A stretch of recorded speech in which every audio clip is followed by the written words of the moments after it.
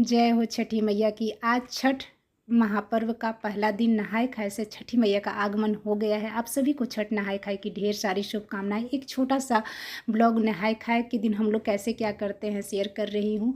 तो इस पर्व में नियम का बहुत ज़्यादा महत्व है। बहुत ही नियम के साथ ये व्रत को रखा जाता है। सुबह सवेरे उठ करके दातुन किया जाता है, ब्रश नहीं किया जाता, आम के दतमन से दातुन किया जाता है। दातुन करने के बाद जो व्रती व्रत रखती हैं वो अच्छे से शैम्पू करके बाल धो करके अच्छे से नहाती हैं।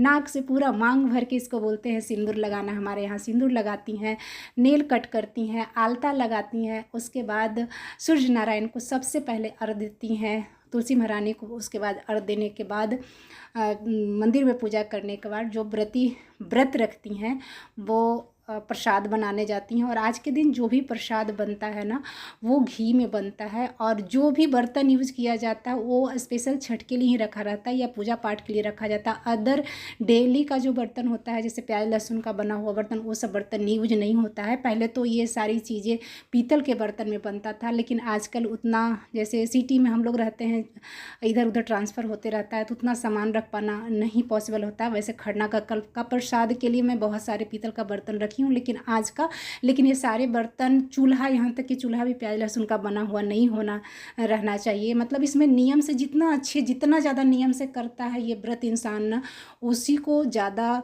फल मिलता है, या कहें कि उसी को फल मिलता है। वरना अगर नियम से ना किया जाए तो उसको फल नहीं मिलता है, उसको छठी मैया उसका व्रत नहीं एक्सेप्ट करते हैं। तो आज के दिन का मेन प्रसाद होता है चना का दाल, अरवा चावल, कद्दू की सब्ज़ी, जिसको लौकी बोटल गोड बोलते हैं, उसी का पकौड़ा भी बनाया जाता है कद्दू का ही।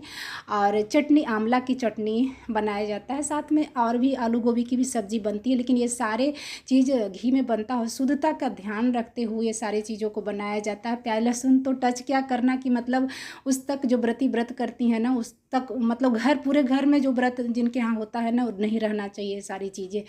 तो आज का ये इस तरह से हमारा अकेले मैं व्रत ये रखती हूँ। बच्चे हैं, हस्बैंड है, लेकिन उन लोगों का तो ऑफिस छुट्टी नहीं होता है, बच्चे का स्कूल छुट्टी नहीं होता है। तो किसी तरह से छठी मैया की कृपा से आज का प्रसाद भी बन गया। प्रसाद हम लोग पाए भी, सब परिवार और जो कुछ जानने वाले हैं। जैसे हमारे बिल्डिंग में ज़्यादा लोगों को तो मैं नहीं बुला पाती हूँ क्योंकि अकेले उतना पॉसिबल नहीं है, लेकिन जो कुछ अपने क्लोज लोग हैं इस बिल्डिंग में उन सबको जा कर के प्रसाद देती हूँ। तो इस तरह से हमारे यहाँ छठ का नहाए खाए का इस तरह से प्रसाद बनता है। और इतनी शुद्धता का ध्यान, सबसे ज़्यादा इसमें शुद्धता का ध्यान रखना होता है। तो आप सब के यहाँ ये छठ व्रत होता है या नहीं, या फिर हम लोग का जो जिनके यहाँ नहीं होता है, ये सारी चीज़ें सुन के आप लोग को कैसा लगता है, छठ व्रत को आप लोग कैसे फील करते हो, जब बताना ज़रूर। जय हो छठी मैया की।